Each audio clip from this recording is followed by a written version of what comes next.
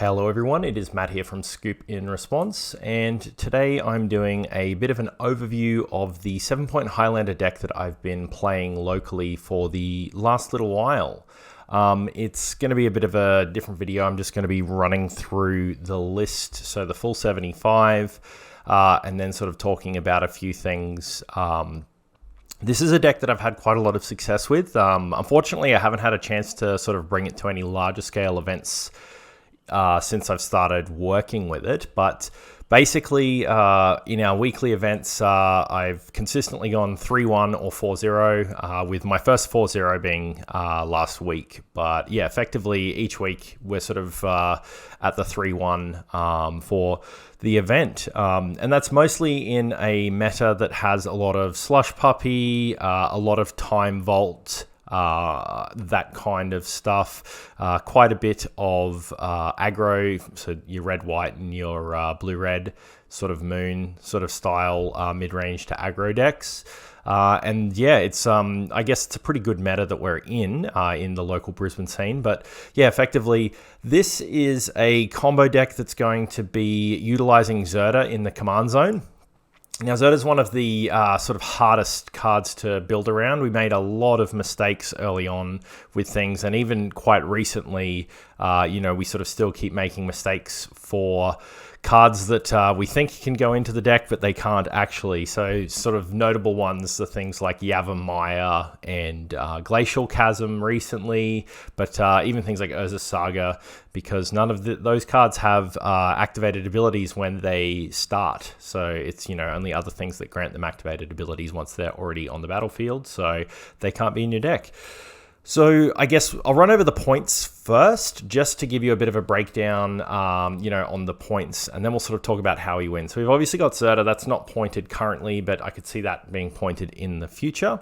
So our points are, to begin with, balance. So we got 1 point in balance to start us off. This is probably one of the first things I started looking at when I was trying to play a build a balance deck, rather, was basically this card was one of the first things I started when we were brewing up this deck idea.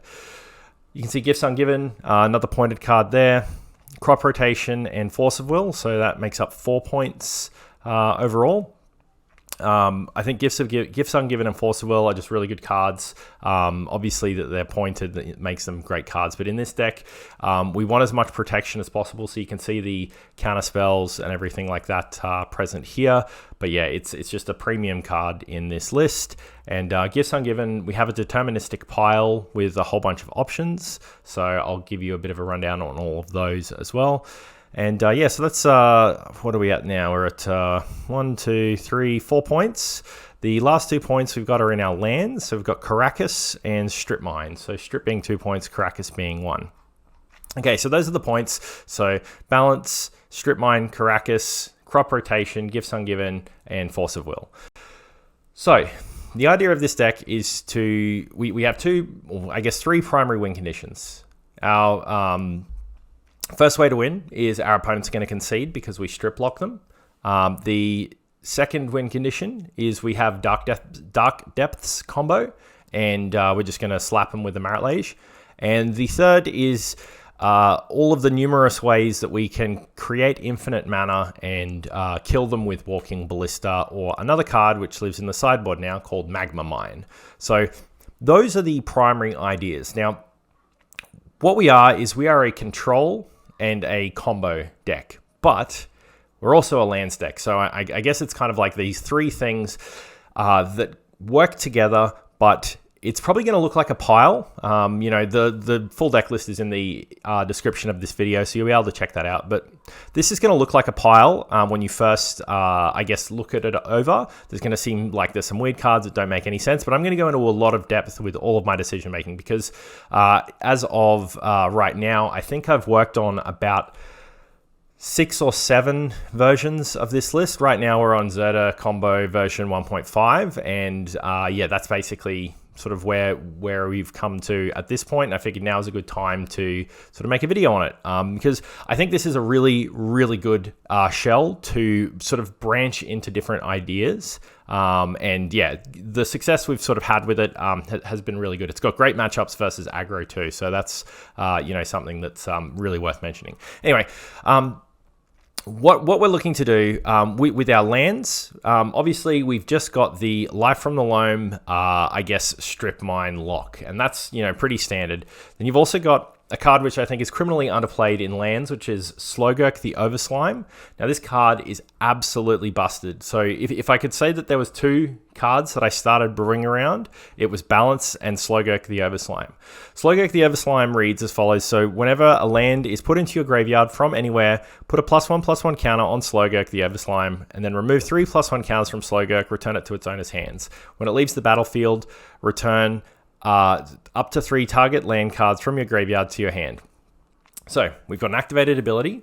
When it gets counters, it also has trample. So it has, whenever it has 3 counters on it, you can return it to hand. So it's got a self bounce. So what we can do is we can be attacking with this. So, with 3 counters on it, it's a 6/6 trampler. We can be attacking with this, but because it's a leaves the battlefield effect specifically, not a death trigger, it means that no matter what, if we have lands in our graveyard, when this leaves the battlefield, we get value out of it. So we've got lots of different utility lands that are going to have, lots of value. We've got the primary Strip Mine. We can just literally go for our Dark Depths combo, and this will actually just get 2 extra counters. And then later on, we can just, when it dies, we can get those 2 Dark Depths lands back if something goes wrong. And they've got to basically make a decision between this and all of the much, much worse threats.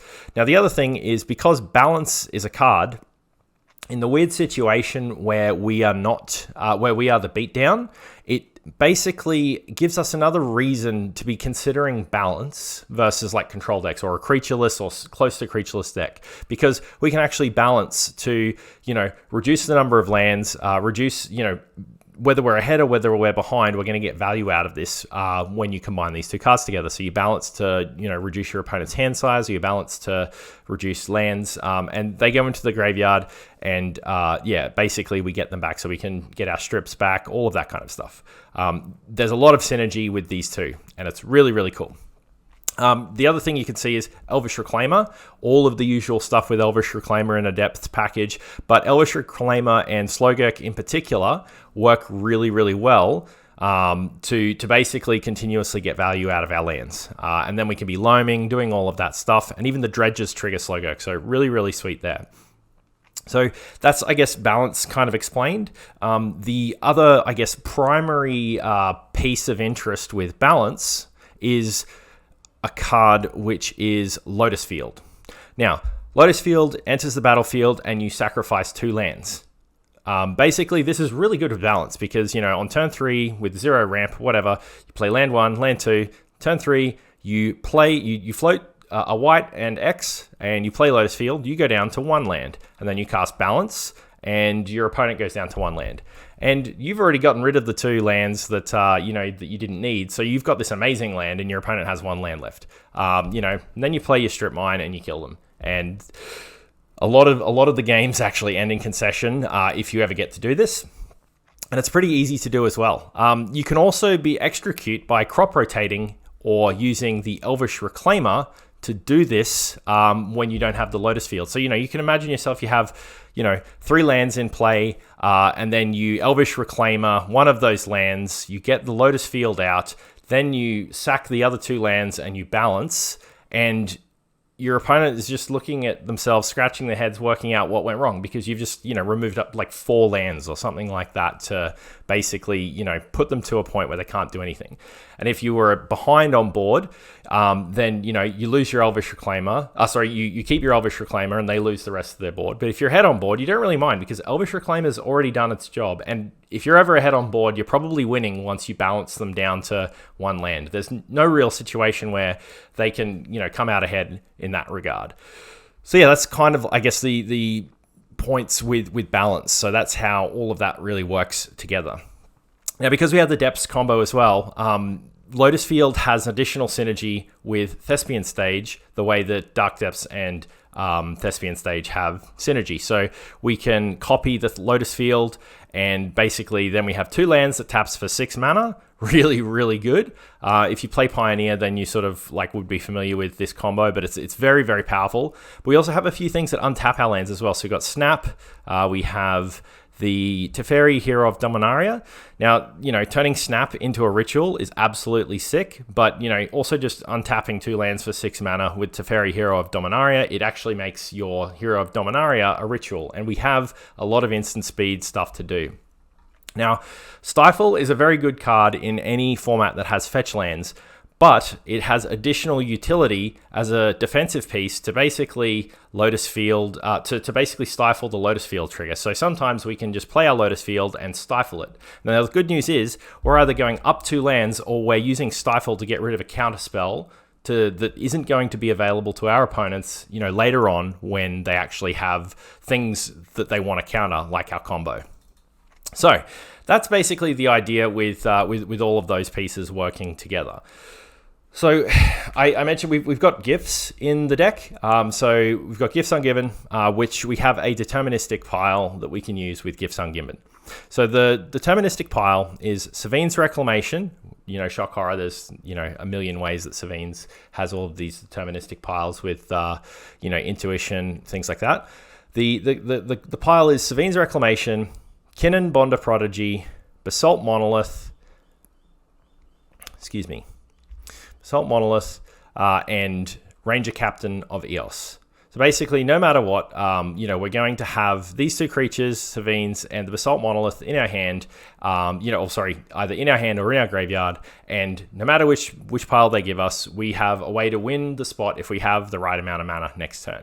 Now, it is worth noting that this is not the same as Slush Puppy. Slush Puppy, you know, you can do off of, I think, 3 mana, and you can win, or turn 4, you can just do this and then win on turn 5, because LED is obviously so much cheaper than all of the things we've got here. Because Breach is so much more efficient and LED is so much more efficient, we're not looking to do this as like primary win con, you know, sort of do this on turn 4 and win. Now, if we have all of the mana we want to, we can do it. But, you know, this can, you know, basically cost quite a bit of mana if they give us the least optimal pile. But it does mean that we can deploy and win over 2 turns if we need to.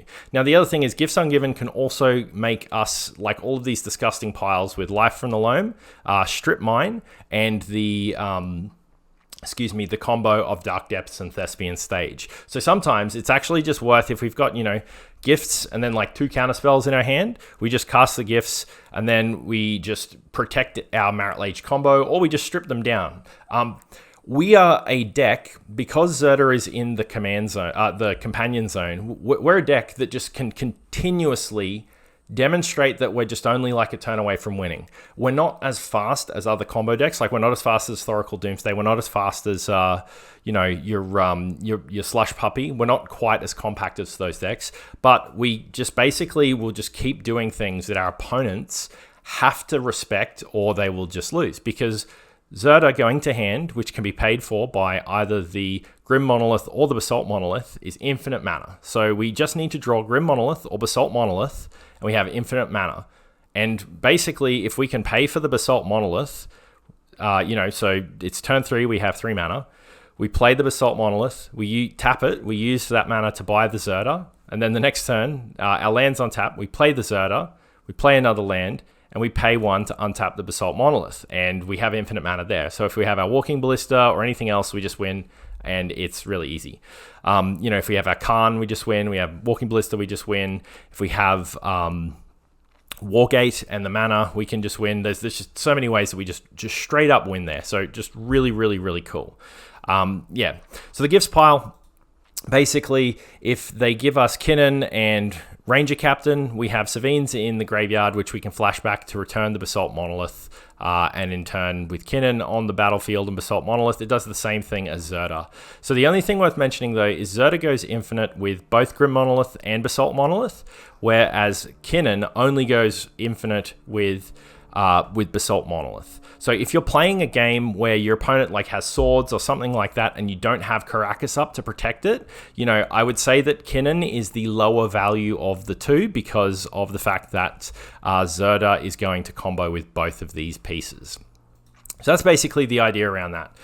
You know, if they give you any other version, Savine's Reclamation can get all three of the other pieces out of the graveyard. So if you have 8 mana, you can get all 3 pieces out of the graveyard or from your hand to play, basically. So it shouldn't be an issue if they give you the Savines. It's just going to require a little bit extra mana to get the 2 pieces. So if they give you like, I think the worst pile you can get given is like Savines and Ranger Captain, which means that you would need to cast the Savines targeting the Basalt Monolith, you know, and then tap the Basalt Monolith and, you know, flashback the Savines to get back the Kinnan, and then you still need to be able to play the Ranger Captain. So it needs like 4 white, you know, that's the worst one. And that's what, if people have played the deck before, that's what they'll give you. But the thing is, it's not going to necessarily matter because, you know, you've got all of these ways to just generate a whole bunch of mana, and you don't need to like do this on one turn a lot of the time because we can just recur our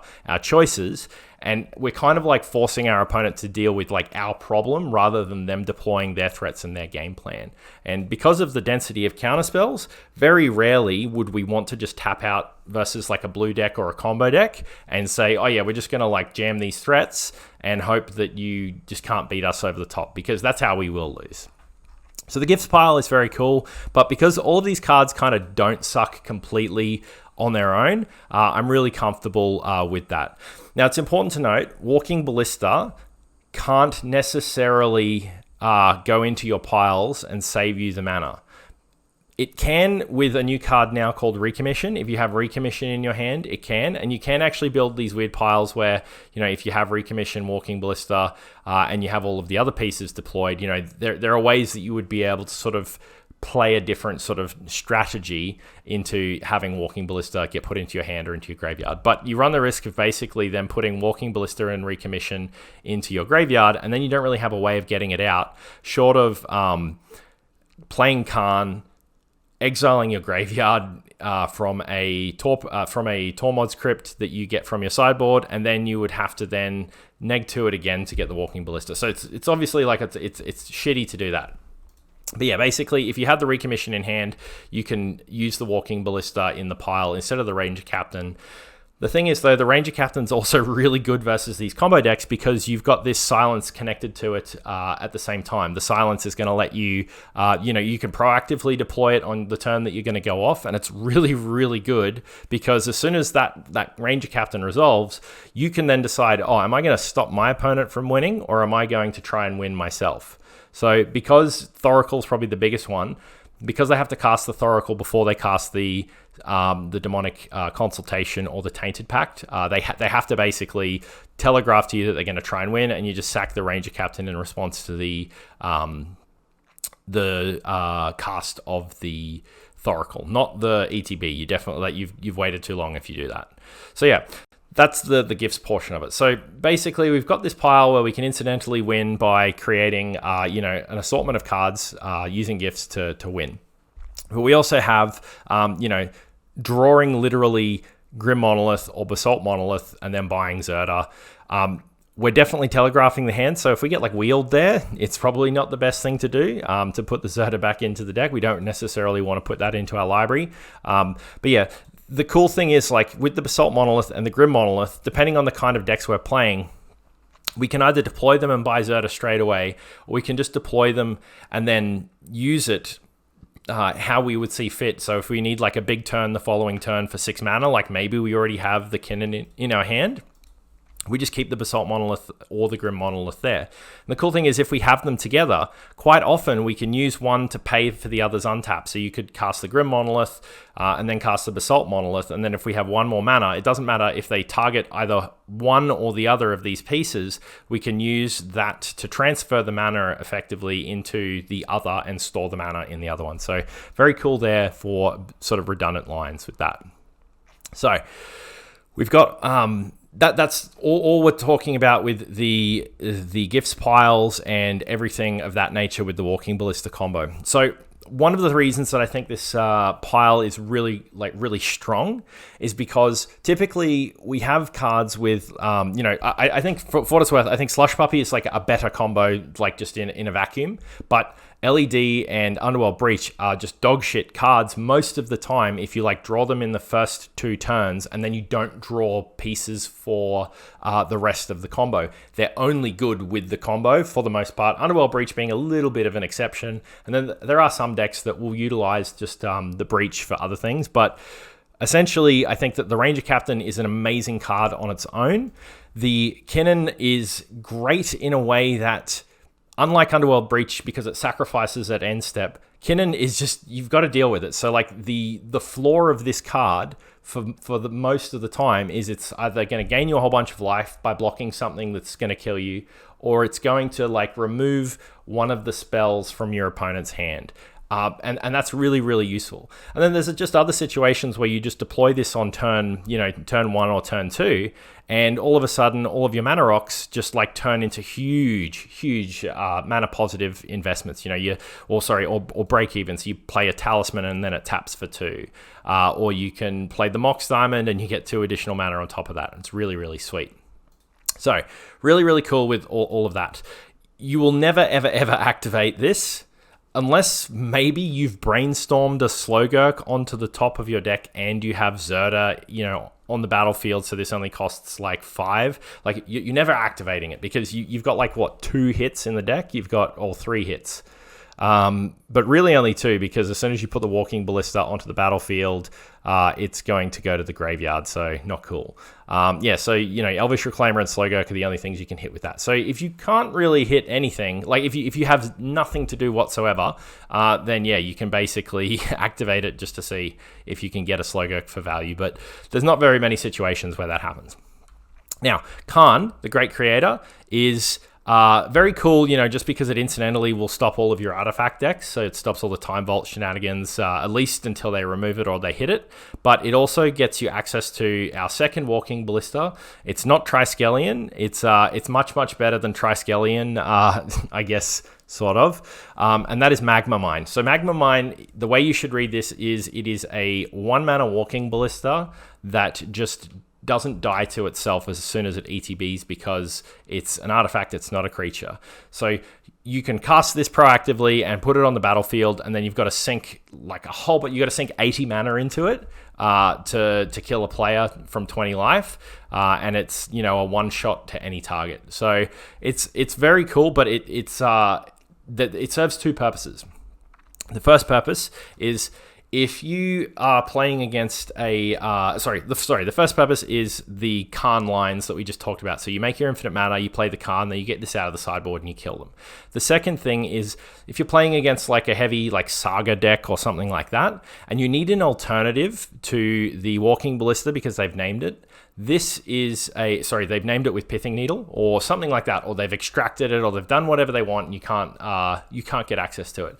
The Khan getting the Magma Mine is really useful, and then game 2, you can consider bringing the Magma Mine into the main deck if there's some cards that are just like not particularly good. Like if they're not playing much graveyard hate, Bojuka Bog's a spell. It's not a land in this deck, but we'll go over all of that stuff in a bit. So the Magma Mine's the other, Walking Ballista in this deck. Now, you can put the Magma Mine in the main deck in games 2 or games 3 if you want to, I guess, kind of speed up the combo. So Magma Mine only costing 1 means that the worst gifts pile that you give them costs 2 less, because you don't use the Ranger Captain, because the Ranger Captain has to enter the battlefield and searches up the Walking Ballista. You use the Magma Mine, Kinnan, and the Savine's Reclamation to basically, work that way with the Basalt Monolith. And that way the Magma Mine will, sort of serve as its purpose, because it can be targeted by Savine's and it won't just die. So very, very cool there. The, I guess, other pieces of the deck that we should talk about, we spoke a little bit about Teferi, but this is kind of like, there's a few cards here. Teferi and Shurikai, I would say, are kind of like the same card in this deck. Teferi's probably slightly better in that it is also removal, but Shorokai can be slightly better in that it is not a creature or it can't be attacked. So it's a little bit more safe if you're not, you know, gonna have a whole bunch of artifact hate coming in. So game one, Shorokai is probably a little bit better. They both still get red blasted though, so that's yeah. Every now and again, you can just like negate and get the Teferi ultimate, but realistically, this is just another card that you're either going to draw it after your opponents sort of hit that, you know, after they've expended a lot of their resources for protection, and this will just run away with the game. You'll get 3 or 4 extra cards out of it, and you know they'll end up conceding because you're making like 8 more mana a turn and all that. It's really good in that it'll do that. But, you know, it also pitches to both forces, and it kind of insulates itself, you know, in a lot of openers because of the fact that it pitches to our cards. So I really like that, and also the Shorokai for it. Teferi Time Raveler is just sweet. It's another kind of Ranger Captain. It will create that safety for the turn that you want to go off and you want to combo off, because, you know, short of, I think, Boseiju and Otawara, there's not really a lot of things that they can do to interact once you've got the Tef down. And sometimes it'll just win you the game. You know, if you, you know, you force of negate something that they do on their turn 2 and they're tapped out and they've got no counter spells, and then you deploy Teferi and, you know, you just run away with the game because you get to stop them doing everything. Once again, because of the density of counter spells. So Elvish Reclaimer, we'll talk about, you know, that in a bit more detail with our lands package, sort of as we come through that. But I think we've pretty well covered off all of the creatures and all of the planeswalkers for the deck. So Zirda, you know, obviously we've also got this target creature can't be blocked activated ability. But if you actually look at all of the things in this deck that Zirda can do just to turn medium situations into maybe on the better side of medium. So for example, you know, you deploy a Walking Ballista and you shoot 2 of their dorks or something like that, and it's a 1/1. Well, if you have the Zirda back on the battlefield, you know, instead of paying 4 per turn, 4 per counter, you can pay 2 per counter, and that's like actually relevant. The Elvish Reclaimer only costs 1 to, you know, activate its ability, so very cool there. And you'll see like later on all of these lands and everything like that. It's just insane what Zirda does with some of it. So Prismatic Ending, just premium removal. Balance we've gone over. Life from the Loam is just an insane card. You know, all of the stuff going into the bin, because of the nature of our combo, nothing bricks our game.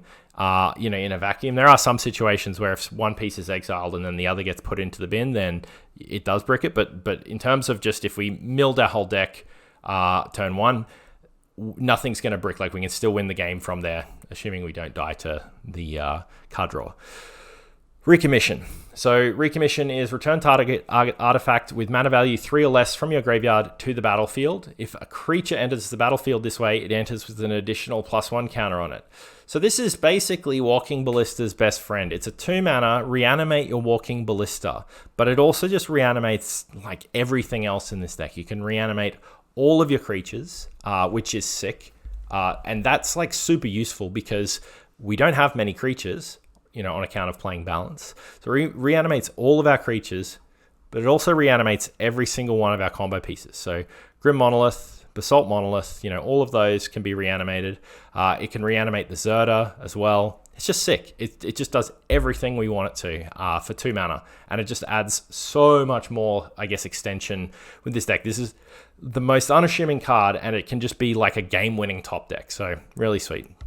Savines, we've got the gifts pile. I know I've spent a lot of time talking about the gifts pile, but Savines is just a sick card for adding value. Because we can create all of these situations where we make heaps of mana, it is totally fine to just reanimate a fetch land and then play your next card, play your next land the next turn and fetch twice, and then reanimate another 2 fetch lands. And you go from, you know, 3 mana to 4 mana to 5 mana that next turn. So in 2 turns, you're going from 3 mana to like 7 mana, I think. Yeah, 7 mana in 2 turns. And that's sick. That's excluding, like, you know, getting your Lotus Field back or something like that. But it's really sick. And it's also just a way to reanimate Strip Mine, which people, I don't think, like, actually appreciate. Because, you know, you reanimate your Strip Mine, you strip them again, and then you basically have this banked value in Savines Reclamation later on.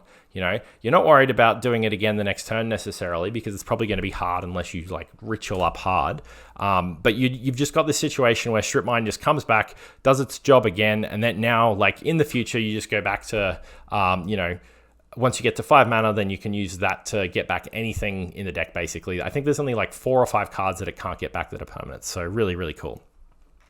Wargate is another absolutely game-ending card for this deck. It is a tutor for Strip Mine, so you can use it to get Strip Mine on turn 3. So you just literally just pay X is 0 and you get your Strip Mine or any of the other lands that you might want. You know, if you've got, you know, balance mana after the Wargate, you can go and get the Lotus Field with that, go down to 1 land, and yeah, basically just balance them out of the game. There's also weird scenarios where you might want to balance them to 0 if you only have 2 or less. Excuse me, if you only have 2 or less lands and you still want to go and get the Lotus Field and sack itself, you know, you can do that.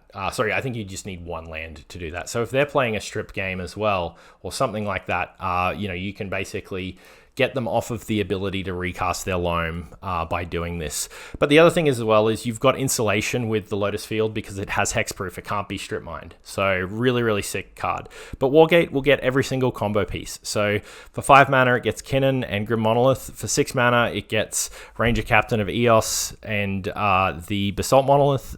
For 4 mana, it can get Magma Mine if you've got the Magma Mine in there. So just really, really sweet. Yeah, if your Zirda gets shuffled into your library, you can get Zirda. But yeah, it's just super flexible. And while we don't have a huge density of targets, we have some really great things we can do with it. Like, you know, if we've got 8 mana, we can get the Teferi, and that'll be pretty good. But the thing is, if we're making 8 mana and then we're not dying, like, we want to be doing something pretty strong. And getting a Teferi back is probably pretty good. Supreme Verdict, another great card. Really, really good in this deck because of the limited amounts of the creatures that we actually have. Now, what's really cool is with this Slogurk as well, you know, it's going to get our 3 lands back. But there are some situations where we can actually just bounce it before we Supreme Verdict, and that's really cool. And, you know, all of this applies to the balance as well. You can intentionally sacrifice the Slogurk just so that we can get back the lands and then, you know, do stuff with it later. The Supreme Verdict's awesome. Like, if there was another Wrath that was as good as Supreme Verdict, I might consider sort of playing a 3rd Wrath, because there's just, like, weirdly in this format, there are so many decks that will play like good mid-range, you know, game plans, and it'll be like turn 2 or 3, they'll play their, you know, or maybe turn 1 they play a Dork, turn 2 they play their first, like, you know, good threat, and then turn 3 or 4 they play their bigger thing, and that's where you get them. You not only have, like, you know, reset the board, but like you've dealt with a big threat that hasn't generated you any value yet. Because of it can't be countered, I just really, really like this versus a lot of decks. Like, in particular, I like it against the red-white and the red-blue sort of, you know, aggressive decks that are doing really well at the moment. So I love Supreme Verdict for that. On to the instance. You'll notice also here that there's a severe lack of things like Ponder, Preordain, excuse me, all of that kind of stuff. Brainstorm's the only one that's good enough, in short. This is a deck where we have, like, combo pieces, we have really powerful value pieces, and we have, I guess, things that win us the game in lands. And I think that Ponder, Preordain, all of those things, like, they work really well in Slush Puppy because the card selection and the fact that we have both Gifts Ungiven and Intuition, you know, you want to find those pieces faster. Given that we only have Gifts and Intuition isn't as clean to sort of make a combo with and we're not running it, I haven't opted to do that.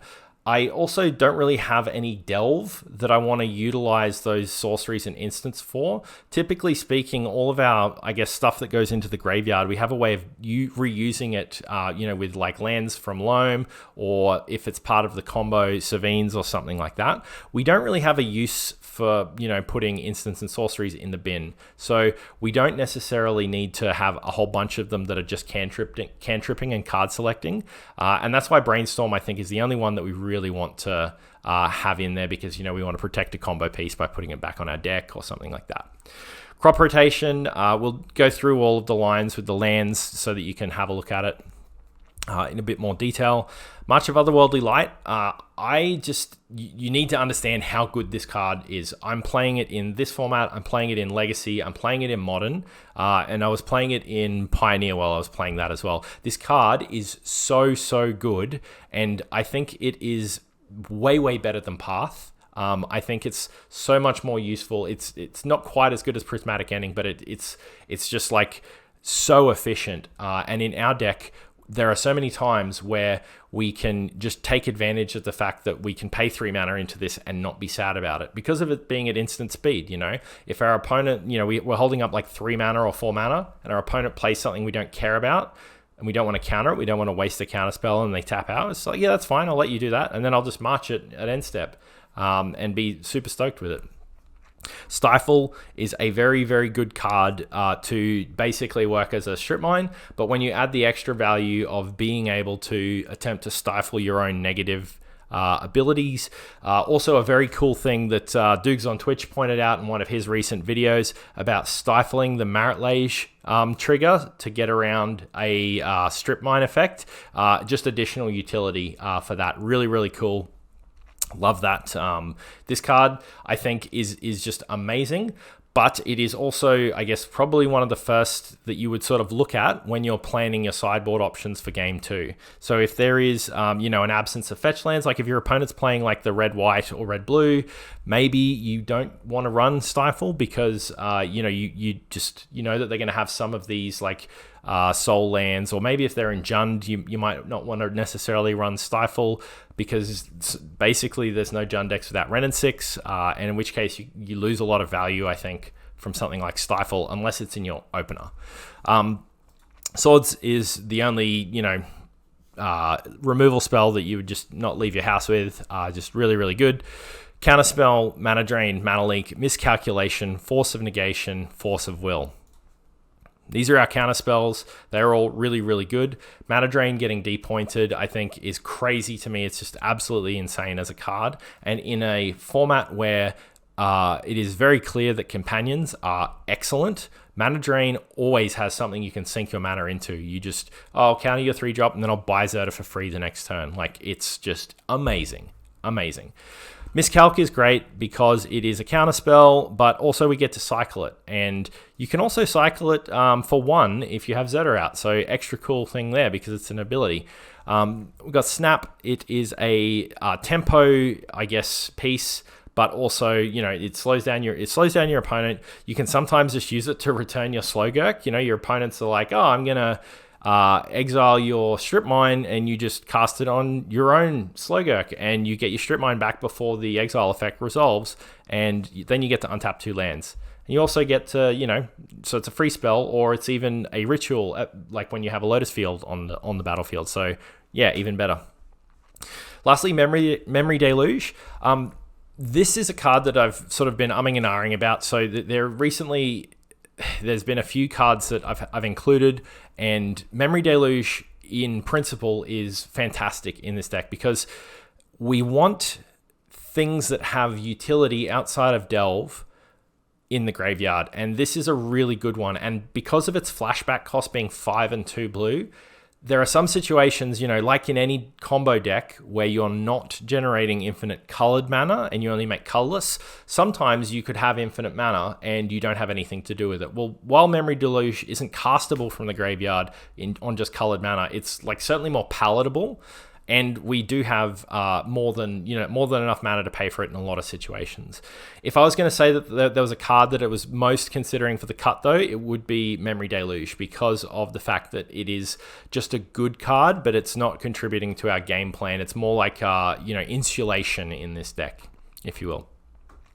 Probably the other card that I'm considering as the worst card in the deck, quote unquote, would be Talisman of Curiosity. So I think all of these cards are excellent because they work really well with balance. We don't want to be playing Mana Dorks. We don't want to be playing Mana Dorks for balance, but also because of Supreme Verdict, and we don't want to enable our opponent's creature removal.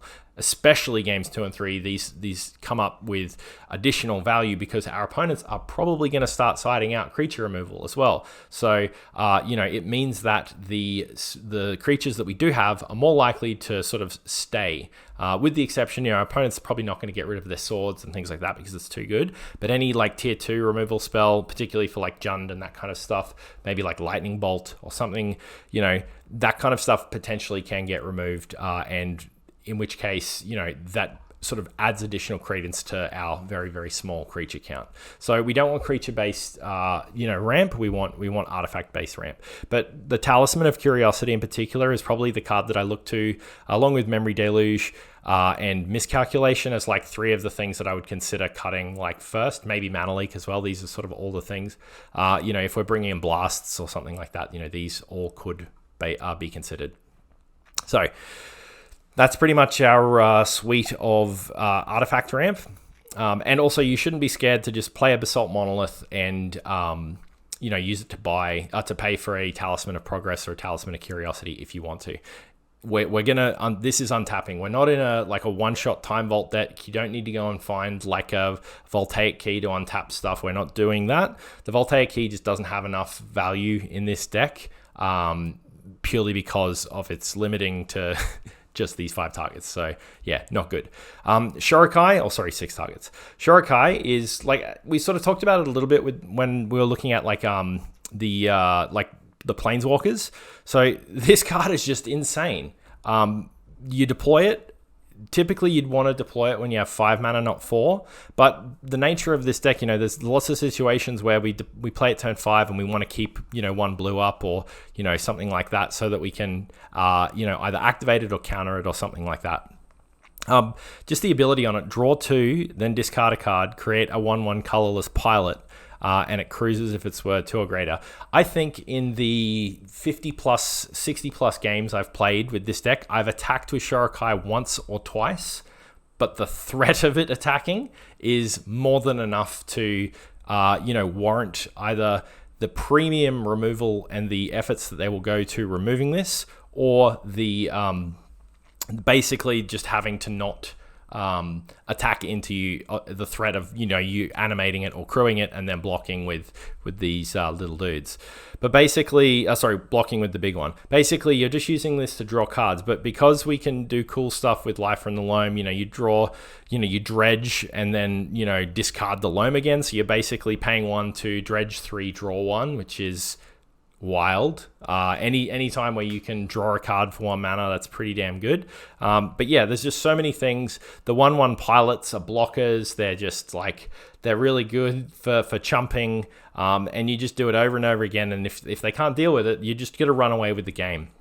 And there's so many cool things you can put into the bin to kind of fake the card advantage, particularly your lands. Accidental segue onto lands. So our lands are very, very weird. We have fetches. We have a Spyro's Headquarters. We have our OG Jewels. We have 1 of each of our basics. And then we have a whole bunch of just weird stuff. We also have the Seachrome Coast. So we've got color access. It's just the premium stuff. It's very lightweight. I would say that if we're in a Blood Moon heavy meta, we can look at our double blue pip cards and potentially cut the counter spell. If you're playing in any kind of Blood Moon deck, you want to probably consider cutting counterspell, maybe Mana Drain as well, but hard to say. Purely because we don't have 2 islands, that means we're just never going to be able to, get out of a Blood Moon lock short of our artifacts. But we do have a lot of utility. Now, the cool thing about Zirda is it does it to all permanents. So if you have a Zirda on the battlefield, Besiege You already would have costed 1 because it's legendary. Dark Depths costs you 1 mana to remove an ice counter, which means that if you have Zirda and Dark Depths, over 2 turns, you can pay 10 mana into this, or 3 turns, you pay 10 mana into this, and you get the Dark Depths the fair way. Now, once again, this isn't the best, most broken strategy you can ever have.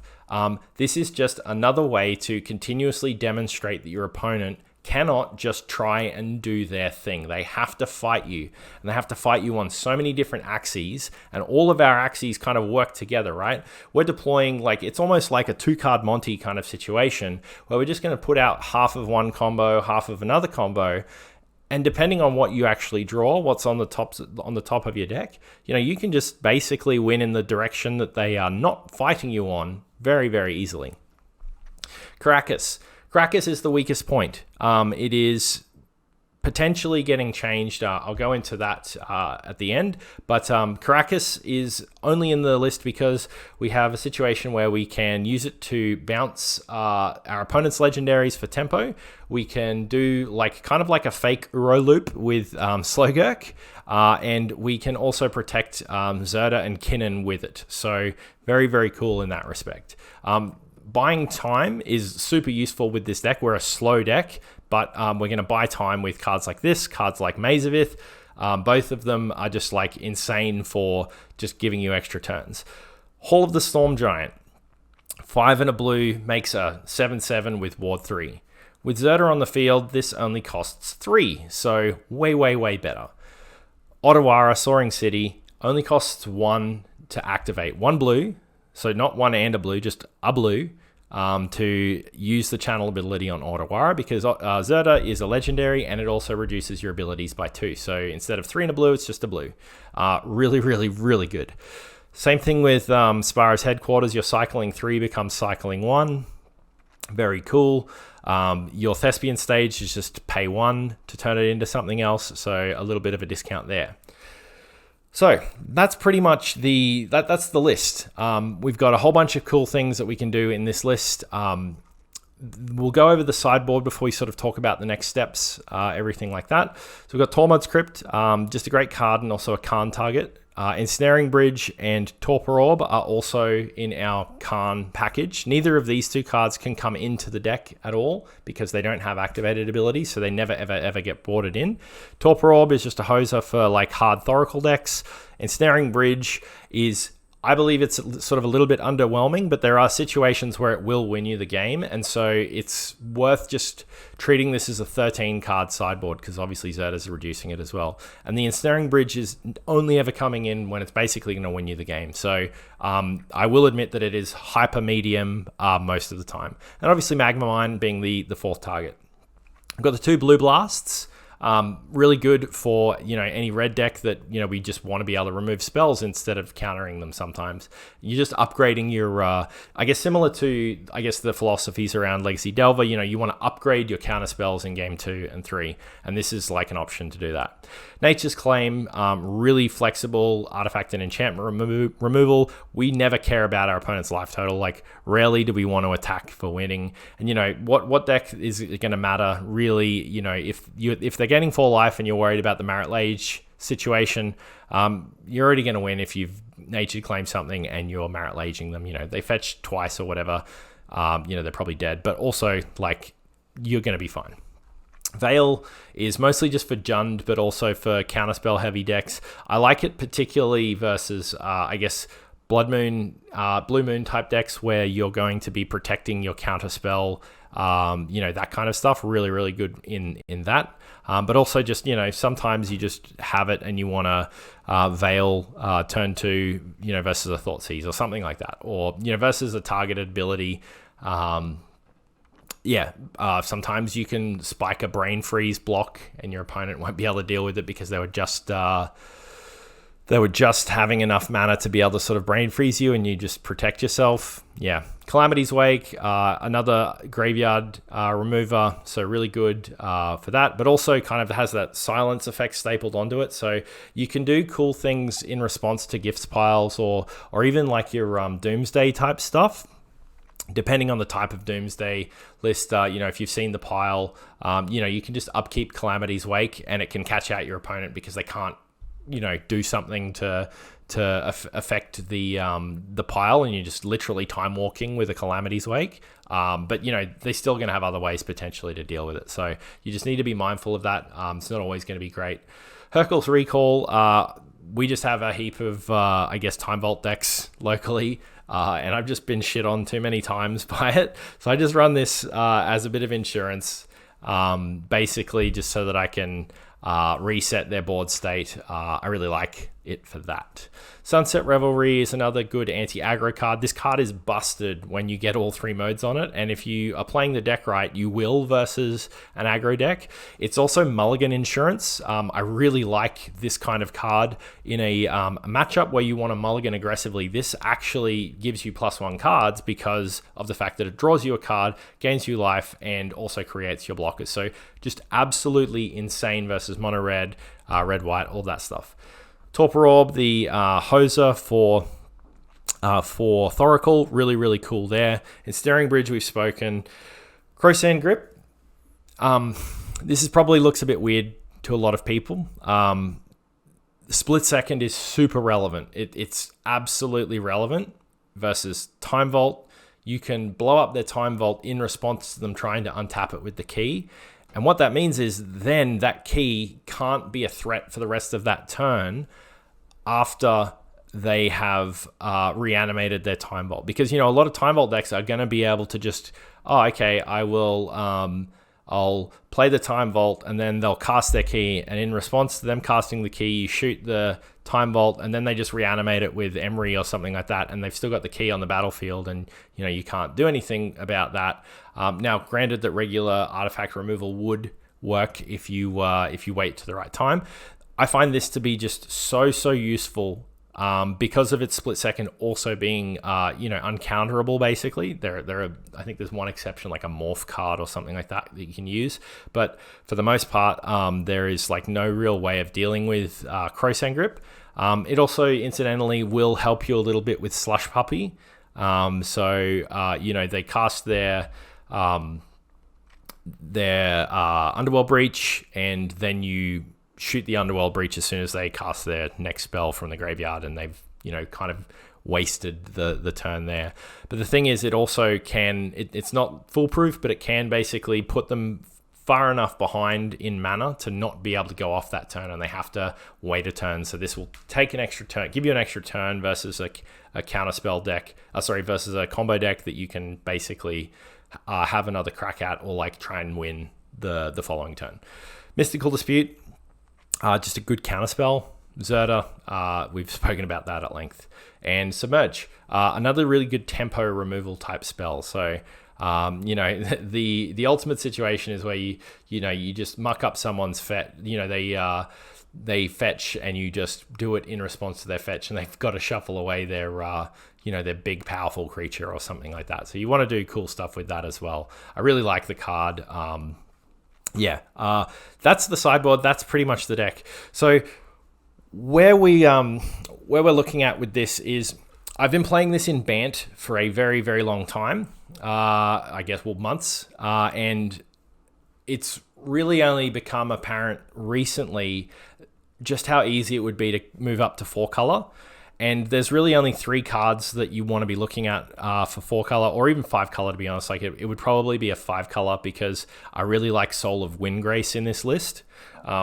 It's got 3 expensive activated abilities that are all very good, but they work well with lands and something that reduces activated abilities. So Soul of Windgrace, and then you've got 2 really obvious ones of Ren and Six and Minsk and Boo. So both of those cards, if Minsk and Boo remains unpointed, I would probably just run all 3. I'm going to be doing some testing in person soon. I've done a lot of gold fishing with this as a 4 and 5-color version, but for now it's sort of still in Bant. But basically, we'd just probably look at cutting Caracas, Memory Deluge, and possibly Counterspell for probably potentially Miscalculation as well for those cards that I mentioned. So the 3 cards, and then maybe Evasive Action becomes useful at that point. Hard to say. And then we just adjust our lands. We don't change anything really. The Caracas becomes a Triome that's maybe like the Mardu Triome, and then we add 1 or 2. We cut the Seachrome Coast and add a Volk and a Taiga, or a Volk and a Plateau, or something like that. So yeah, I guess that's the next step. And I guess thinking about the evolution of this deck, I do think it's fine in Bant. Like obviously, we're winning we've got a great win rate with it. But yeah, overall, it's just something that's very cool to sort of explore. So I'll be testing out those in the coming weeks. So looking at the deck and thinking about how it all sort of fits together, I guess the main thing to remember about a deck like this is it's going to be quite meta dependent in terms of how many cards like might get adjusted. In all of the testing, I've tested things like Oko, I've tested things like Realms Uncharted, I've tested having less counter spells and more proactive things. There's a lot that you can do to change this list to fit your meta, and because it is, at its heart, it's like a control shell. Balance, Memory Deluge, Force of Will, all these like control and like tap out, land go type effects. We want to sort of be open-minded to like individual changes. The interesting thing about all of this though is that the density of counter spells that we have right now and the density of removal means that we can play a mean early game. We don't have to deploy our threats early. We don't have to like go all in on combos. It's very comfortable. Short of the absolutely fastest, keeps from a Time Vault deck or something like that, or the turn 2 like Doomsday pile or something like that, we're not going to have any problems. And given we've got a good selection of counter spells, good selection of removal pieces, and just like ways that really punishes all in decks, like that's the big thing. Is like balance really punishes all in decks, because if you're like setting up a goblin pile, or you're setting up a doomsday pile, or you're setting up a breach turn with gifts ungiven or something like that, and then you just get balanced, like it's gonna cook you. And I guess even more so when we think about like Teferi with balance, like that's just insane and rude. It's just real bad.